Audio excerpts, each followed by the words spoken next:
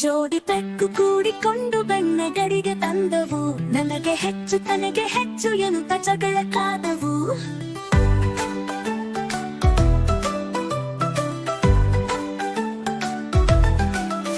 ಹೊಂಚು ಹಾಕಿ ಕುಟಿಲ ಮಂಗ ನ್ಯಾಯ ಹೇಳ ಬಂದಿತು.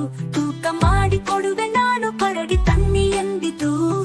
ಆಚೆ ಈಚೆ ಬೆಣ್ಣೆ ಹಚ್ಚಿ ಪರಾಡಿ ತೂಗಿ ನೋಡಿತು. ಅದಕ್ಕೆ ಹೆಚ್ಚು ಇದಕ್ಕೆ ಹೆಚ್ಚು ಎನ್ನುತ್ತ ಕುಲವು ನೊಂದಿತು.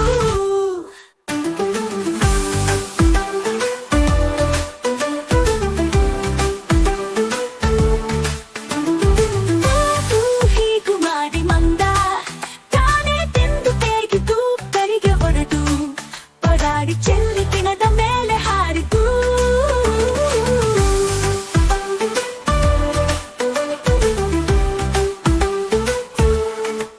ನಮ್ಮ ಜಗಳದಿಂದ